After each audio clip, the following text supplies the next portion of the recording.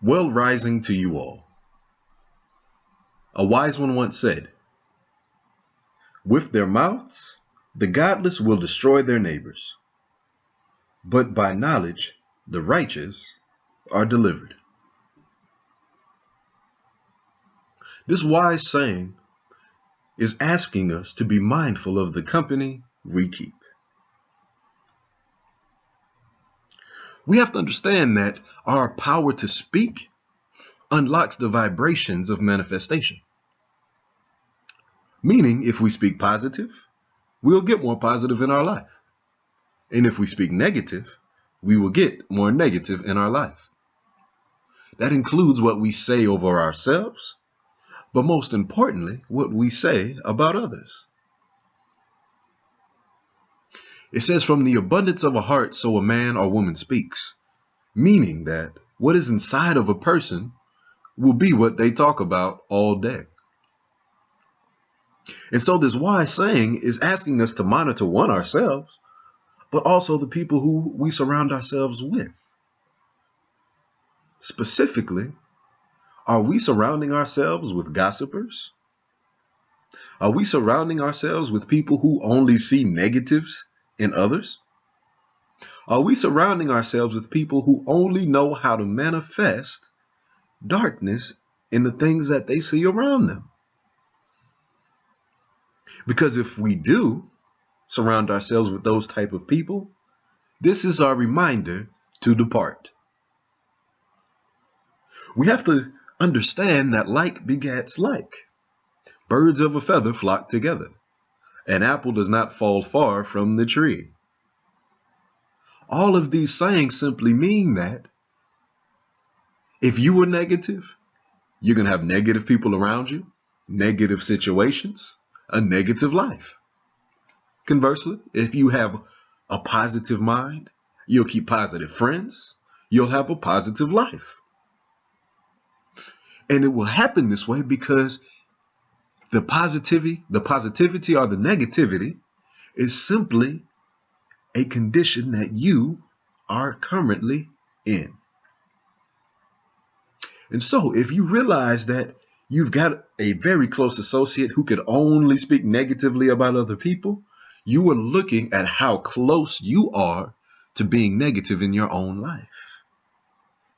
If you walk out in the streets and all you can see is trouble in the land, and all you can see is warfare, death, and dying and distraughtness, all you can see is deceit, you're actually looking at the deception that you have of your own life. If you walk into a room and you see someone that you don't even know, even though you have never even spoken to them, you are actually seeing a part of your own consciousness that you were not ready to accept. So we have to accept the fact that all negative speech that we entertain is an acceptance of the negativity that we don't want to be. The acceptance of the negativity that we don't want to deal with. An acceptance of the negativity of our own brokenness. And so we have to begin the process of healing ourselves and realizing that the negativity that we may experience in the world, that we may hear from others, that we may speak from our own selves, is simply a process that we are going through that will lead us to a higher truth. Meaning, we may make the mistake of being negative, but we have to be cognizant of the remembrance that we can flip that and be positive. We have to flip that situation when we are tempted to gossip. Because honestly, that situation that we're gossiping over, we don't know the truth. We don't know why a person ended up in that sphere. We don't know why a person showed themselves in the community in such a light. All we know is our own perception. And so if we don't own our perception completely, we will sell out to the idea of negativity. And so I offer you a choice to purchase something new today. Purchase the ability to think before you speak. Purchase the opportunity to walk in someone else's shoes before you judge their situation. Purchase yourself the ability to have enough compassion and empathy to bless the person who is being ridiculed.